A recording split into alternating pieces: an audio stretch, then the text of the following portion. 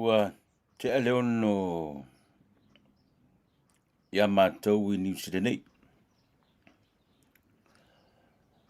Au le nei lawa I lunga le matau le lam. Wo o fo I le vai tau o le atunu nei e tā leiva whaatoa pōngi sā. Talofa sa mo le atunu pele, MALO le soifua ma le langi mama, wha MALO fo I le. Tauata I lo tātua tino. O loo manatu sa solonga le lei matoa malia le atunu u. Whae ungo le vai aso lene te nei. Awai, tātua I le sāpati. Ia male weekend na se ima vai nei. Tālu sia sa manuia. Ia le sāpati na te nei le to tele o lo tātua tinu. Whela wa fo I le whatawhai tāulanga sa e tāpua iai.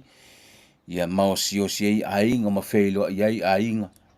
Ia o le mesili le nā. O tawai e tu fo I le to tele o whamelanga I leitu ma leitu. Wa pu e mai ata wa whailo I ma ainga. O le mesili le nā. E ui ai na tātou lu ngala lo I le pea ma le lua ma le awhatau sanga tanu ai ono le tūlanga o le wha mai wa loa na FIAFIA. Ai whawhatai I le teo wana te pena le tele o le lao lao. E to e whailoa I ai mainga. O le porkalame na I le nei e fiafi whatalofa atu I te oe. O whela wa fo I le tafa o le rangi o lo e mai mo mai ai le nei o unanga wha au te whatalofa atu I te oe. Ba le anganga FIAFIA ma whawhailu atu I te oe. Mlo ainga ma le manatu sili na. Sa tātou tau whai maua se sāpati manuia I le asora nafi o wā. O le asora nafi. O le toe asala na. O le masina le nei lona sifuru maratasi. O le tausanga. Ia. Toe o nei. Tae ao. Asolulu. O na tātou wha alolo lea.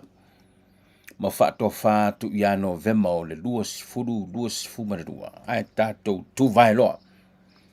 I le aso tofi o le rua yaso lea. O le masina muli muli o le neitu sanga. Ma le tātou fōlaunga ma le savaringa. Ia. O le te whaalongoa I tala au mātua ātu matoe te paitua le mea na sawai. Ma le fōlaunga tātou uma I le neitu sanga. I le iai se mea whaingofie. Tele o tūlanga na tau mate le tele o mea ono le tūlanga tāpuni puni o le tele o le mea. Ia, o le mea le wei tātou, whawhitai. O lea ua, au lava I le tala tele I tua, ia, ma te tala tele a whanua ma fwoi na whelo I o tātou ai ngari wai tau o le. Masi so whatalo whatu lan proklame ato ne fiafi. I see some new people commenting on Etlive tonight. O lea no ai atu I lesi tangata lena komeni me whawhitai iti o le umatamata to it's 5 o'clock or just after 5 a.m. in the UK. Sele, walo whawhitai. Halo whawhitai. While I'm at it, walo palori matamata tu nei whalunga I sawai. Oh, okay. Ha, ia ka kwaru lola, o ai lale, o I siwagare, kapucha. Mai ina I Brisbane I Australia. Good afternoon to mafuta to Raceview I Queenslandi. Whangaalu mai Amerika Samoa lo mata mai le siwaenga le watching from Rialto in California. Elei, hello from Pango. And a big Talofa watching from Christchurch. Whailo I lestonai. Yes. Watching from San Diego. Happy Sunday to you and your family. Yes, it is Sunday in the US of A. Asao sole. Onehanga. Yes. Alo. Haitui mafutatu. Ai nei isale la valu. Oh. Okay. Lile. Malor soifua alofa anga mai vaiala. Lele O fea leisi vaenga lena. Tell me more, Etlive, ha, mafuta tunei. Good na, I Brisbane. Lela, santa tonu ale no fatuai. Good morning, ET from UK. It's 5 a.m. Monday morning here. Faafetai mo le polokalame manuia lo FIAFIA. There it is. There it is. Watching from Walter Road, Browns Plain in Brisbane, Australia. Ya, mata-mata tunei I Wellington. A blessed Sunday to you too and ET crew watching from Alaska. It is Sunday in Alaska. Okay. And Talofa sungu mata-mata to my Olympia in Washington. Ko kele lile wa Amerika leo kikiru akuka ko prokalame le vivringi. Talofa watching from whatever that is in Carson in California. Good. Oh well. You're late.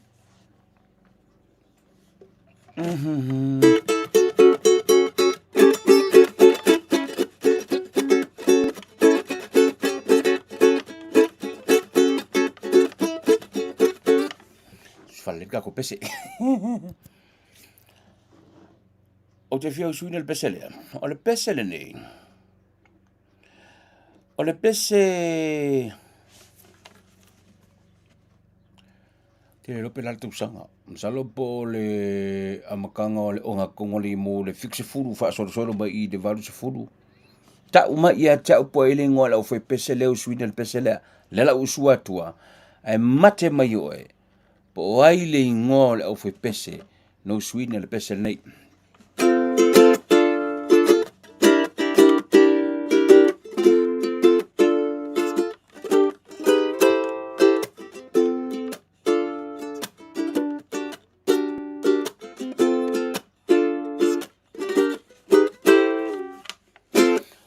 Solo atoa ola ububula watauni mo atu falling amomi ola upele tawa wina ni mo atu le ola ngamane le ana tu mawile mi tonu se manu sa olo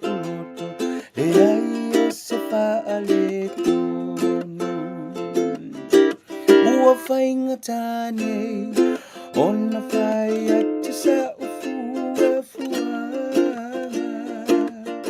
ua no folanga mafai uese ta ilo uanganga salilo ya ole ato eva vesu no manatu lo uanganga watawa inape atulo ufatu Talofa ilo una watua efuli tua mai Faasese ina oe elefili Wavai lo watamai Uangalo ya oe letafe angana Ete TAOFIA o mea umanana talimai e mawhai Tarararanda, taranda, taranda, tarararara O te mana tuaina o e lavana whai ale filifilina Mai mai o ma titu sawina na faali mai le tausanga ua tasi olo manatu o e lava la ulosa e ai maseisi ua sili lava Talofa ilo una watua e fuli tua mai Faasese ina o e elefili Wavai lo watamai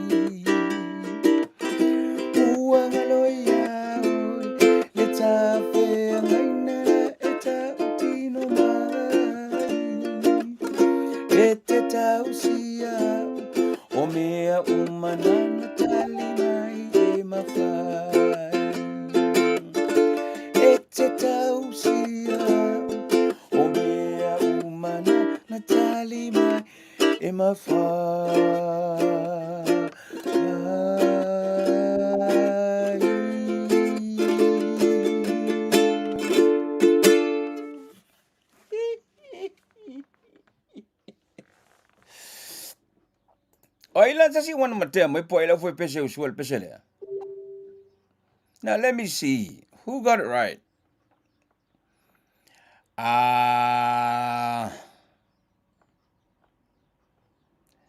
Sole. Ele ai masesi. Tamol muso oi?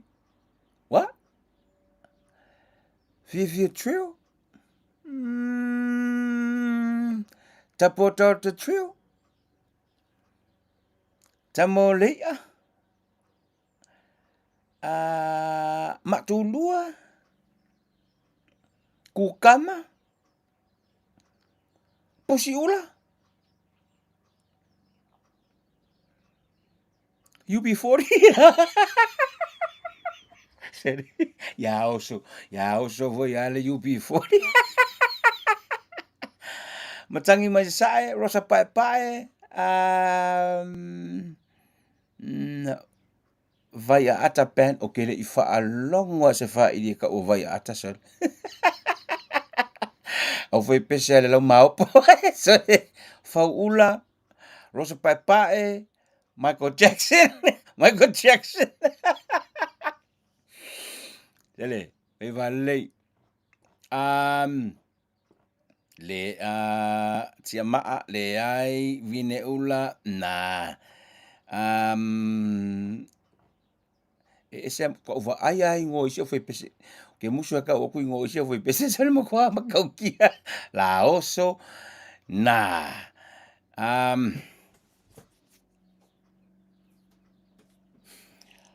Ole o foi pese ana le pese le. Ole o foi pese sa fai ngoina ole ula lau meile. It goes to show. Eluamea wa small kere oe. Ia pe ua makukua kere mako. Ola foi pesa le ula lau meile. O ila tau le na ana le pesa lea. Ai esa lo mavo fau le pesa lea.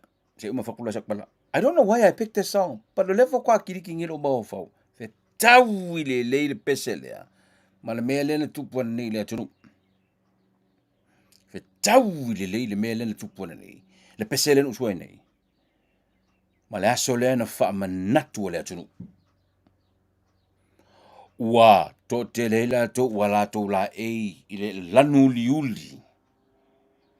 E te atu I sauanga ia. Ainga se umano o leo sau wha matalanga. I le tātou tūlanga lana. O iai le mataupurea.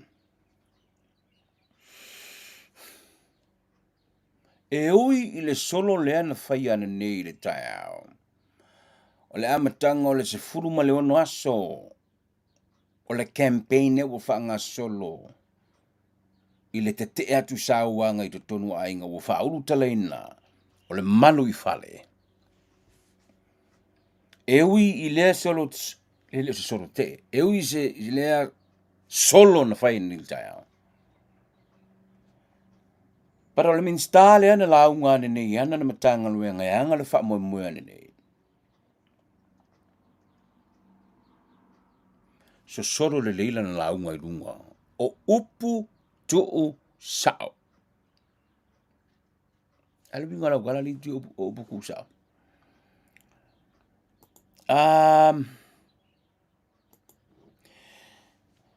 Nanga o le isu o le sawanga te tonu aina ua sa sawa whaafi. Ailo e mea ni wile te tau o ne toi mili wha uina ni upu wha penei e launga ina I te tonu o sauninga te tele wha penei. E ui no le fo koe whani campaign. Paro su enga na whai. E leo FAAITITIA sa wanga I to tonu o ainga.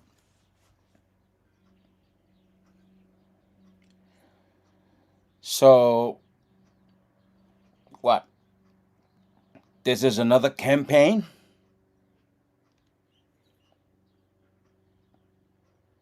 When the record shows, ele o FAAITITIA le mea. Now, tele fia ta tua launga al minsta. And now sina vaenga o le launga al minsta o le a ona umanu fa e mo tu le sting. Christchurch is getting nearer. Astona el vasunita tu feilua. Io a mata mea o to fi o Christmasi. Malanga toi le Etlive malan vaenga tato feilua ila astona. There's still a few tickets. E ia tickets le toi o tato fa mo. Faili va causa tickets. NUMERA tonu ana te vidi ai. Ia ona tato feilua. Astona ina te no va fita wi si vaenga mari Christ te no me mata te to fitu al mali si le no fai. And they said lo mun fa ka wala ko tickets. Tala mai commission nil taya mala vaso le te nei. O le wa mo tato tickets. E ma eu le tali mai le tunu i Christ te le tato fa mo mo. Ta to feilua ele mai lo ni siaso. Po a fe ta te mo seven o ta to feilua ai.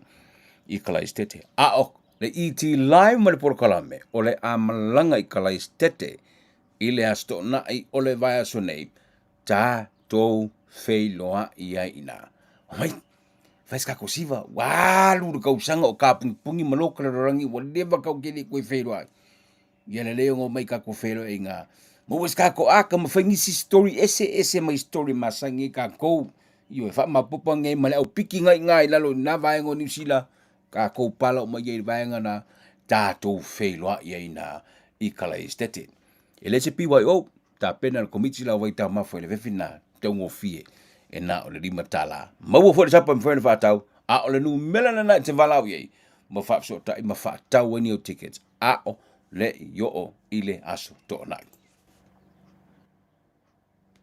ini sila atoa sa ta puni umai dairies uma mole umi e lua hitula e faalia ai le te o ila tou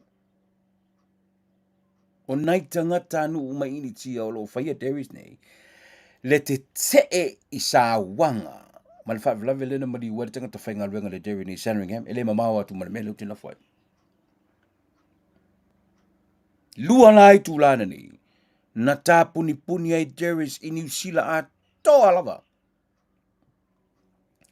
sa whaile solo le parade Christchurch sa whaile parade Wellington sa whai foi le parade ni Auckland oi nei lai Auckland na o walu yai leanga e whai lalo tile le mamau tila tu ile mamau sa whai ele te sa whai ele rally let me put it that way ele sa whai ele rally a tangata ini tia whaiteri umai nei wa maule vano mai nei Auckland i luma tonu lava o le ofisa o le tamaitai whaipule o Mount Auburn ia wai ia tamaitai palamia ona le lala te ale tasi a walu lo iei ko kele ko tele msabe mau han tolu selau fa selau le fa la to sai na mau le no posa wata sai le son ana le lale ile mau fa ta se to ne lale solo le sa fa ina mau ngalo patsi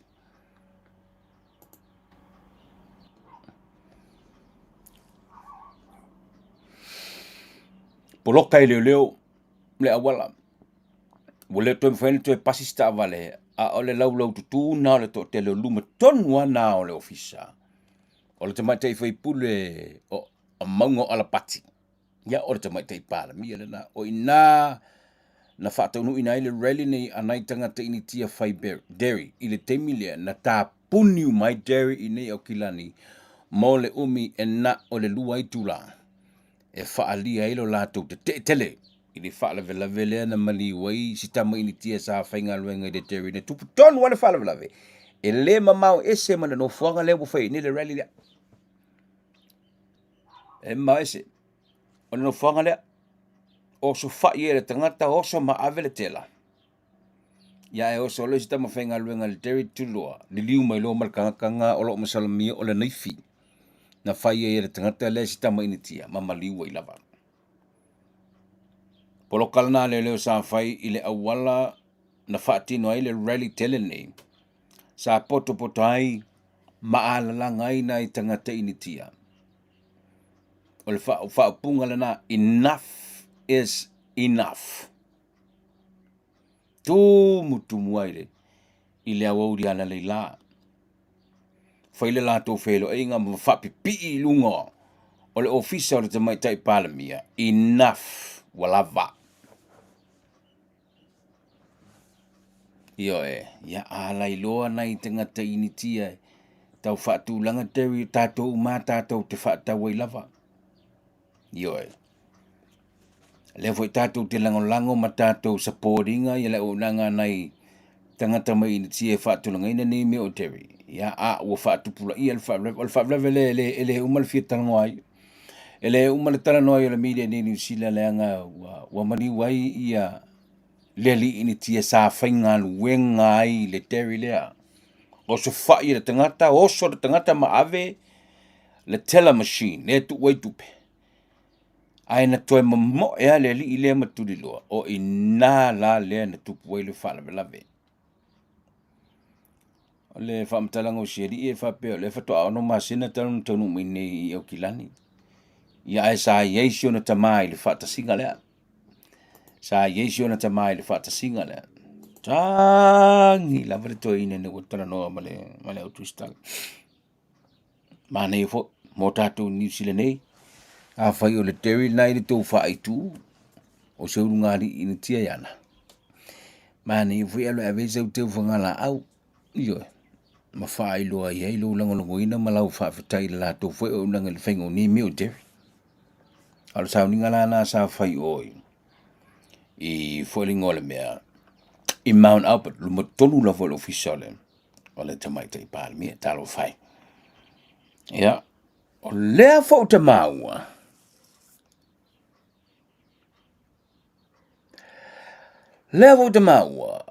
le tamatiti na pa u mai lungo o se ala fa la le motorway o le tano le mele fa mai sa kupo mai i South Kilani South Auckland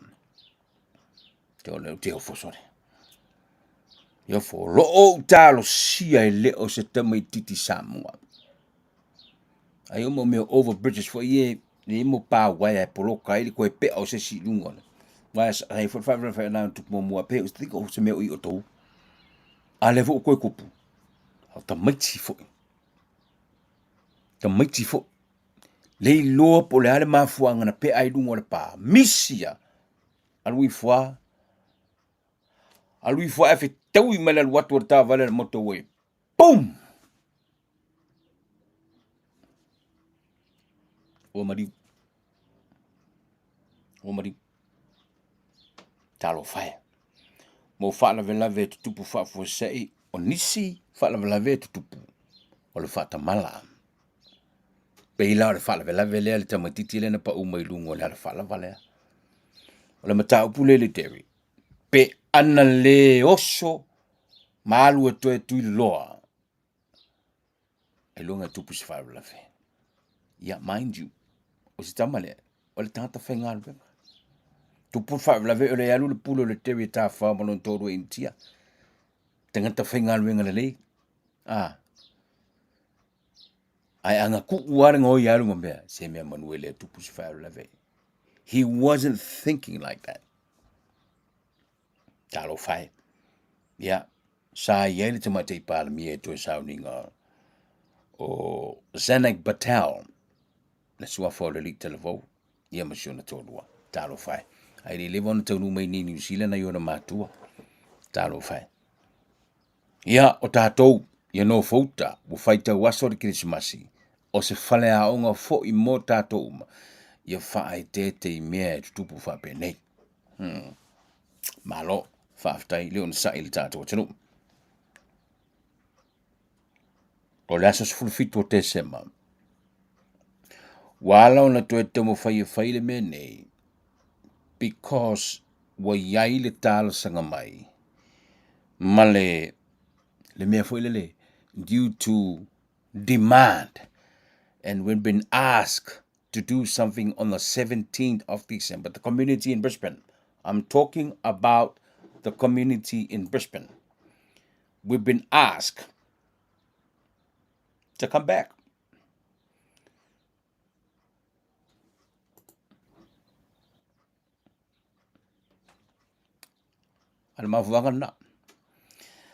So today, Pasolentene sa matanoe manasungal paritele. Ya, wa manatua ya o le toe tali atua lea i le tau mawhai mai a le community ana mamalu o le tātua atunuu i nai Brisbane. Lea ua tu whatasia i nei le whamoi moe lea. I le aso sifunu ma le fitu o Desema. Yes. O le a toe malanga toe le Etlive for the last time this year. Tātou te wheloa i ma le mamalu o le tātua atunuu i Brisbane. O le nā ua mata na whaasalau tickets, wala aia ni ngā tātou poster nā, i le tau o le tātou ticket, ma le no fuanga e whata wai, ma le aso e whaiai, ma le no fuanga e whata nuai, a o le aso sfulbara fitu, o le masina o te sema mō Brisbane lea, o te tala noa toa. I ona tau lunga loi lei nā, e le ukale la wāwhere lea, a ua whai ala nei tau mwhainga, tau ina tala masina e elo tau mōli manao. Tini atulu ina e Brisbane, i le sumar fitu o le masina o te sema. E le o koe mamau fo i le wha mui mō tātou ina e Brisbane. Ya, wawaila ien. Tāpenanga leila nā mō tātou ina e Brisbane. Kingia kua kisi masia o kou. Io e, ana tātou wha mai. Now, tātou toi fo i tua le mele no tala noa toi launga le Minster. Le matanga le bengo tina ma te mai tai.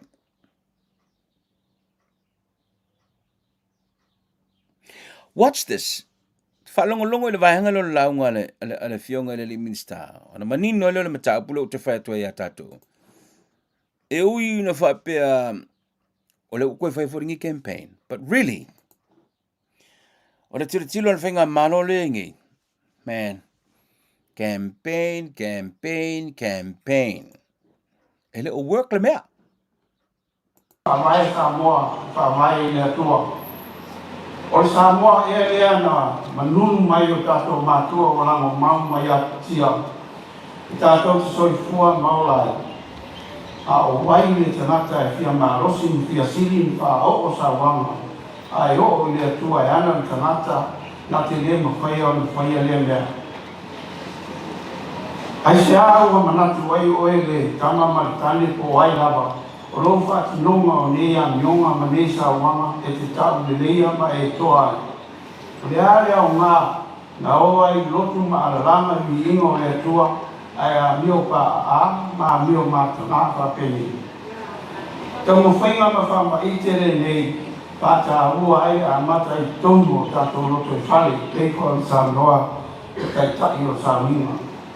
Mara mi whare, nolo i ai le tamaa ana malumu, alofa, o lusai, pa parepale, ma lo loto to wha, foe ai o na au ainga. Mara mi whare, o i ai tane, i ai alofa pa te riso, ma lo loto maularo. E wa ai ai lonu to lua e ese le au le lei, se pa anga tutusa malan whanau, o loa tā ua, e whai matamai o hive i lona la o ai, yaso o luma. Maru i whare, o lo teu le whiawatai, ma ta ui le tausiai ma le tala loa whare a inga, teimi uma, maso uma. Le upu ma le pese e whapea, ai ai a inga le alofa, mata o fia le uma, fia le uma. Maua ai le file mu, le ai se whaaungu, solo le le uma, ai alofa i le a inga. Tuma o Samoa, e leo le SAUAGA ni tani o whakitau. Tautua nā lo whare ne tulu, o na le manu lea o lo ainga. Au tātou tana lo iene nei proklami whakino mo skulu o nasu, e unga ia ine te e atu i SAUAGA i Soseanga. O te tualalo atu i tamutare umo Samoa, o lo toi lalo popo le nei winga mawalalo. Nei o tātou tula i mai, ma whaisi swinga.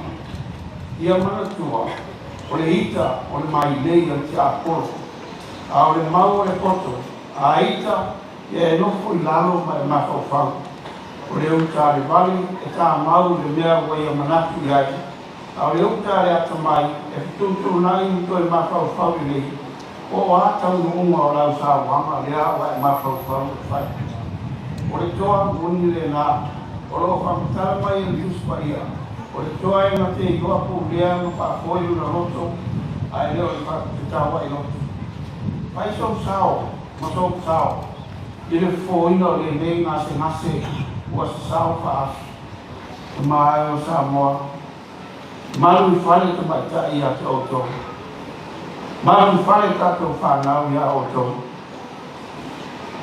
malu I whale no a hima I a te oe I a whamai le atua sili ese I a te oe ma I a malu tato roto I whale na I a maua Samoa sa tunu tofi le mu a tato whalau mai whato tua o nisi vahe mo tāua le tato polo kalami o le a wha lau loa la wharu lau loa ai ni tatusi la iala moa o aonga ma ta tifanga pa tau lawa I TAOFIA SAUAGA o le kawarunga o le aso pa iwa ai leo I tesi ta iala le nei polo kalami ta iala ai le nei polo kalami na tusia ma o le a usuia ta whai tesi lau loa I Samoa o le puni ala pa Mori atu whaftai na whamalo I la tō malama whai sao le nei whamoe moe na I whamanuia le atua I a te oto.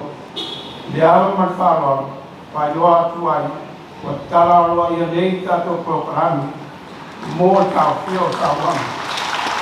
O SAUAGA I matani whana hiki, whai noa ina I mali whana mō fuona roi kua mai e manuia.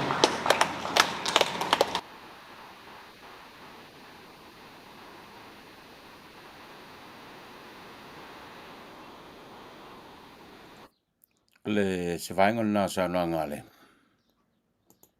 si ngari min star mta ngale ngon ta mai tai e anar campaign na fanga solo nei pero se vaingon li pota sa no ngale min star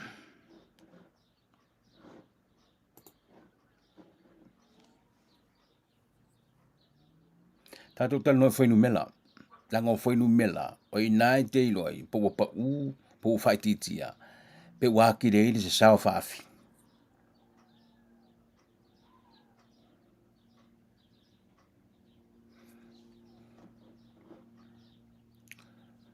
Samoa Family Safety Study conducted in the year 2000. Susuenga sa whaia le tausangai luafe. Nei loa ai, fast fulmadono pasene o tamaitai. Sa sawaina, domestic violence in their lifetime.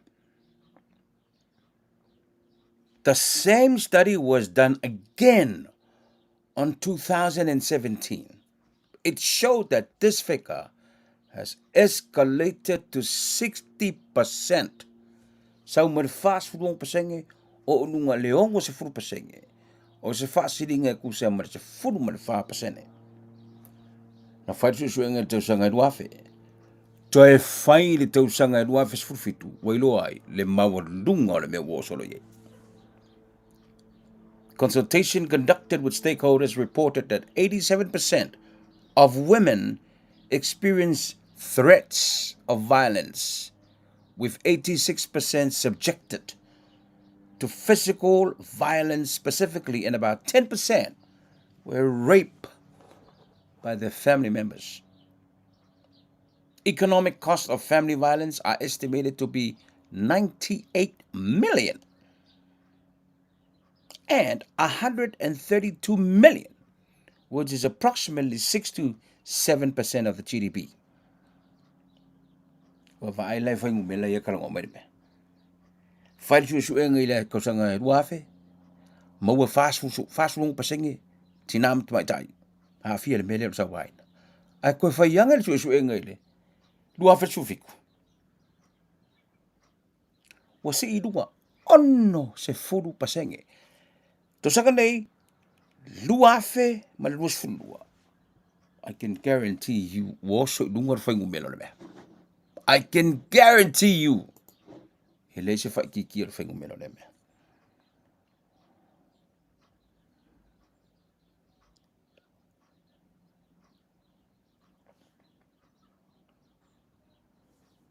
Another campaign.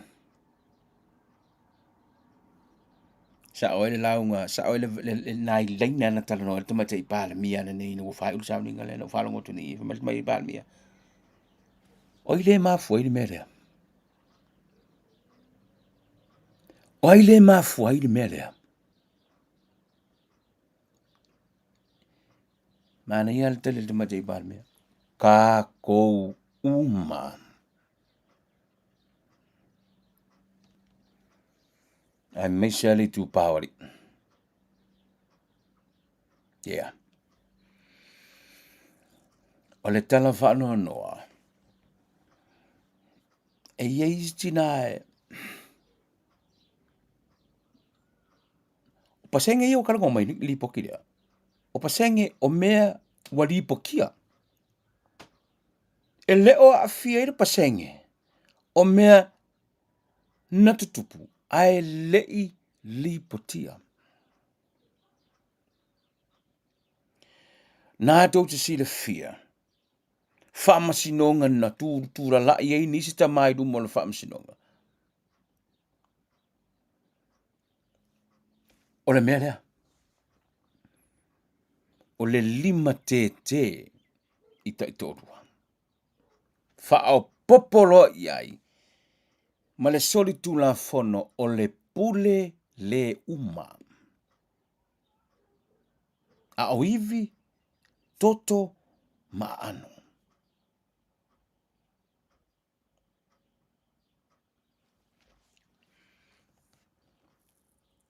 O le meari.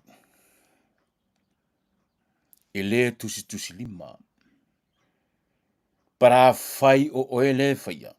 E te lima te ilo tōrua kala sa sawa. Ma fai o oe ke lima ke ilo kōrua.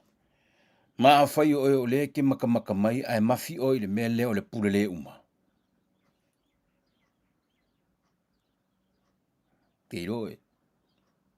Lai maua le fafo. Maua le fafo. A le tau te ilo le le ale fafo ia mea. Le tu pawari. Maua le fafo. Te ilo foi. E ala fo inga fai ngisi. Le ko pala o ilo karango koi. Le anga nga feolangi fo ila ko va ai le mea nga fai fo ila la ko kama la ko kinga. Now honestly. E ala na fai e nisi ali. Le anga o le mea na ola ma soifua ne ai. O le environment. Na ola ma tilo iai. I le lima te o lona tama ilo lato tina.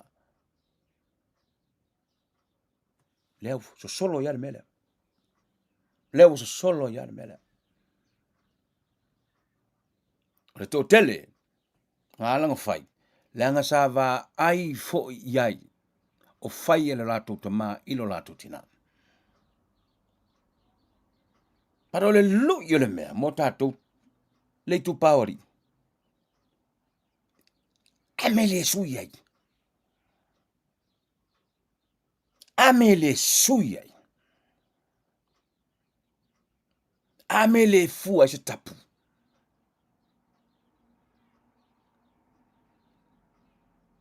O te loa e malosi le loto. Ale ala le mele fa malosi le loto ina ya. Mutai I. E au noa malo to e fa o wino le mea sa eva. Ai. A fa ye malosi do loko. O le mea tonu alea. E fa malosi yai lo loto. Stop. The buck stops with you.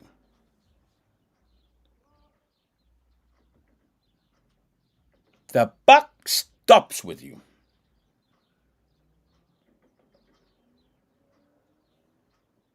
Ia, mana ngā? Mana pule le uma ua sa sao fa awhine mea.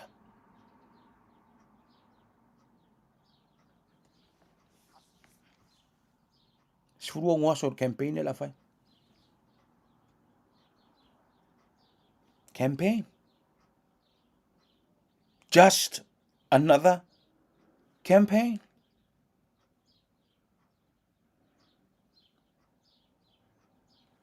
Ya le me foi koe. A fa a wawa I lava leo le lima te o le tamai le tina. Ma ta fasi te to rua. A lai va I whanau. E o lane foi whanau ia.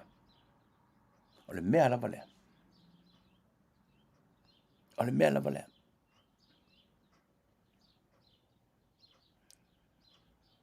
Alo fai. E le o le sai tau le pua malafo. A o la u lea tala noa. Man to man talk. Kako wari. Se eile mole kalasua fa kamakange. Eile kalasua fa kamakange e ave I momeo kama fa pea. O le sua lea fa kamakange. I le kakaunga nganga ilo ngukudungo le porkalame lea. Ai le sua fa kamakange. Kau kongwa. Ile mauru le kamakange. E fasi ko alua. Ma pule le uma I whangau kenge. Mata ngato ainga e pule le uma I whanau teine. E iai le sua whaakamakange. E sungo iai le mafo whauur kakau while mele. Talofa e. Ova aia tuana nei I 99 na itamaita I le solo lena whai nei. And I'm thinking, kalofa e. Ma whanau teine la iti ale atonu o lo sava vali e le solo lea. A o le mea leanga o lea la FIAFIA.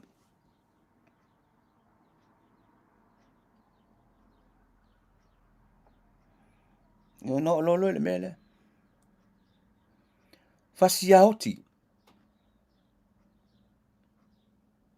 Fasiauti.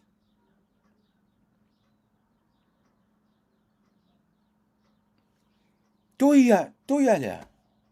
Let's five level to Blanto Sylvia. La ufa pokoko. Let's talk about it. La ufa pokoko. Boom.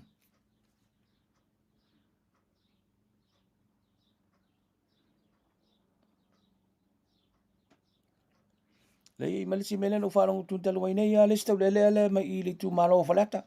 Ma fasinga fa momo olong ko rua. Fefela ya ko jol falfamsinga.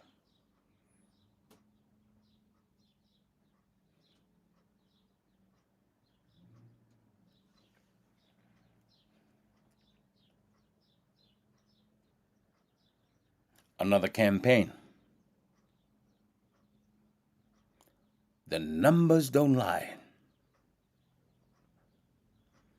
Ia ka ke vai foi a ngi si dai mele. No ele ka sa moa. Ka ke vai foi a ngi si dai mele. I've seen some.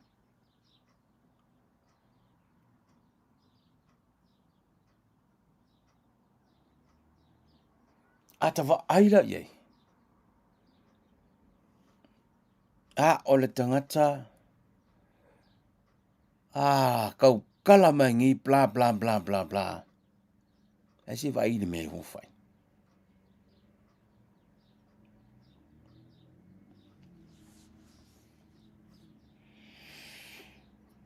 O te leiloa. Pe fesoa soani le campaign o lo fai nei. I le tau FAAITITIA o lo fai NUMERA. O le lima te mali tu pao li I pala a ai. Le ai ngi faku. Malango ngofo fafasi kai ko lua. Let me say it like that. O te leiloa le campaign o fai nei. Pe a veo se mea o I ngai mafau fau o kou le ku pao li fasi ko lua. Pe iai se mea o le campaign nea. e mawhai o ngā ulu i le mawhau. Inga ia ku wai le vai wa mawhiawhia kere.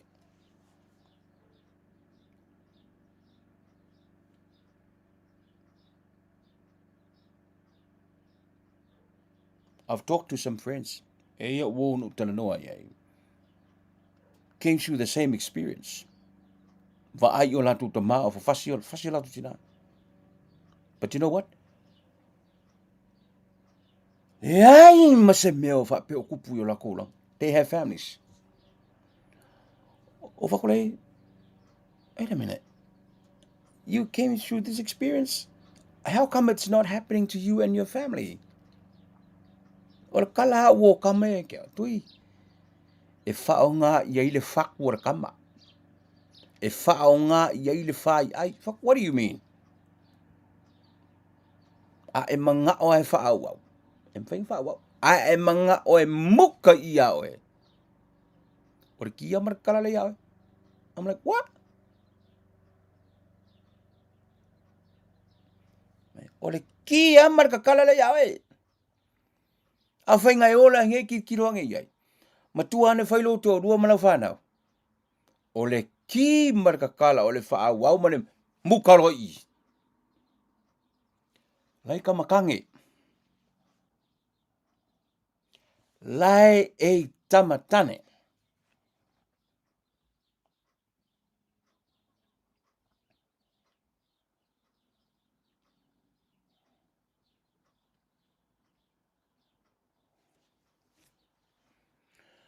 I am not talking about le mafuanga lenga e fasia. That's not the issue lo te noi.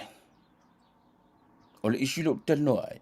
I'm not talking about le mafuanga wai ni makeke. No, I don't want to know about that.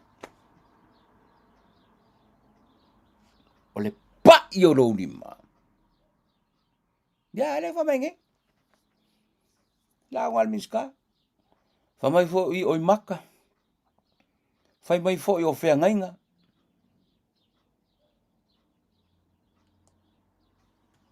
Nga ungi kala.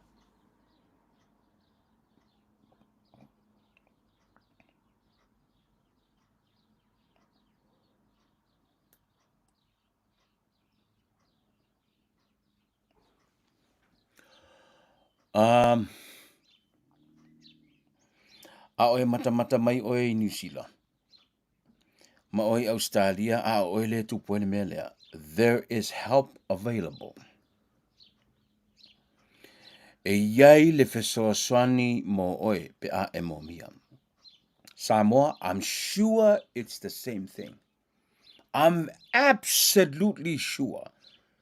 O loo iai le fesoaswani. Pero lea leo ngā le fesoaswani. Ae la ku oki.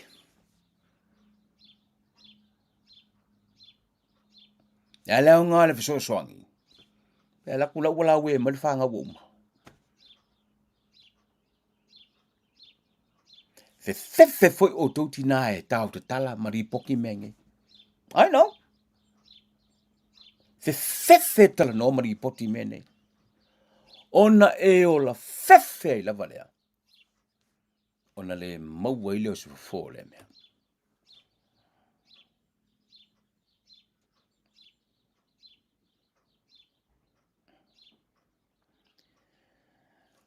Family le poki aisi sama dio commenting fa mai walan tupu me va pena o le leo le lotu. Nah.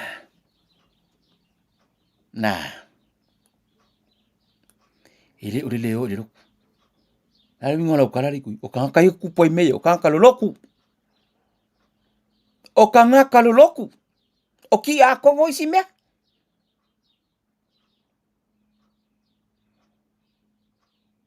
Ngā fo ke kisile fia. Ngā fo ya fia ile o fai ngā ruenga. Ele o ko uma.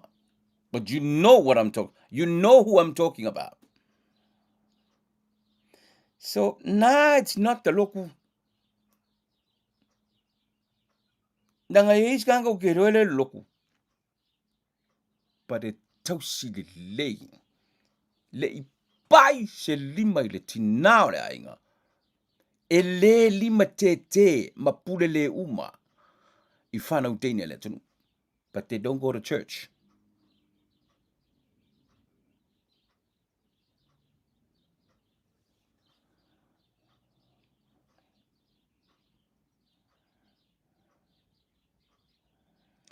Pea kulanga le la fia fu ingi i si fanga o kenge a mai o sa mo e vai kama mai ngi. Pole anko, pole anti, pole a. Le kupu fu i le mele. Io e. Le ku mai o le ainga o le anko ma le anti le ye. Ya. Ai kupu i pefe ngi.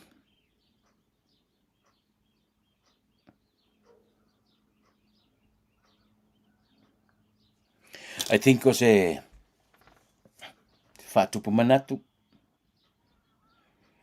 Mo tātou le tu pāwali. Tu e whatutu nai. E moi i ngiaku oe. Oe le ku pāwali i le lima ke i ki ngā mawhang. E moi i ngiaku oe.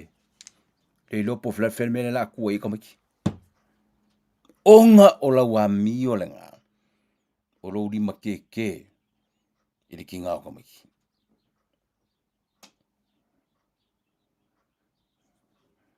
Ia launga e whaia ngā mea. Ua e vai. Vai kere. Vai.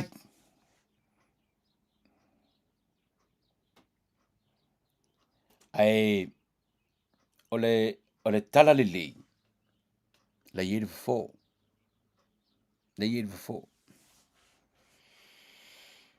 Nei ai ia whaife au. Ole tala le lei. They are providing the service. Counseling service. They are providing counseling service. E whesoswani lo tātou i tūpā. Whesoswani lo tātou i tūpā. Tātou wale mawhai o ha o ngā kao fiofi le mea lea mau whaiso le mea lea. Mai ke roa a fia i malu ko ruma lau whanga. Seek help, man. O tamatane. Sa ili level 4 la e maua. E le sa level 4 su e oe. E alu oe su e 4. E ini si whaifi au. Wala tō tā pena i counseling services na mō tātou le tū pāo. Tama, I'm talking about the men. Tā pena le o nanga na mō tātou le tū pāo. Tama, if you need help, go talk to them. Ua tatau o na muta. Ua tatau o na muta lea whainga. I kala whakarasua lo grandfather sa fa yeso ia mamor ka miki o lo ai ma ko pe ma ko malo vale. I kala ko inga. O lo vale anga le loa. Anga ele alu ai fa me anga ele loa ke valea. Ana ino fo ase manu ele se metu. Well, ele kongia o department of social color campaign it mele, but it is an issue that I'm so passionate about. Violence doesn't have to be an option at all. Now,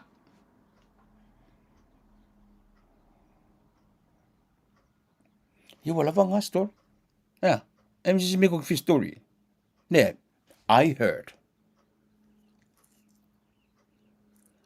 Wa uma o na whaia le whaatananga o whaurunga o nisi o matangaluenga. Tangaluenga le soifua maloloina. Male matangaluenga wa onga. O matangaluenga te tele.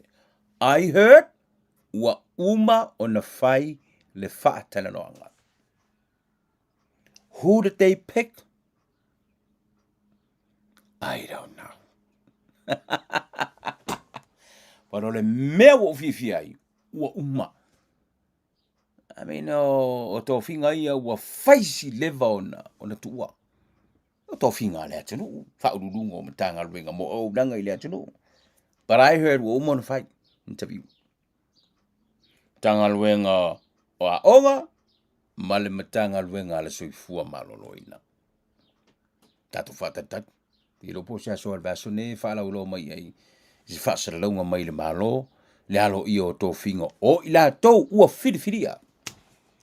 e ve ma whaururunga o matanga renga ale malo le ua tu nei le ua lo ia le te whapopo ino le si fia toru tu sanga le fionga ya plotu Lyndon Chuling congratulations le fionga plotu to wha wau le si toru tu sanga o le kon kalate alo whaafitai ele tai au na umalo sao le matanga renga plotu le ikai nga umalo sao ele matanga renga.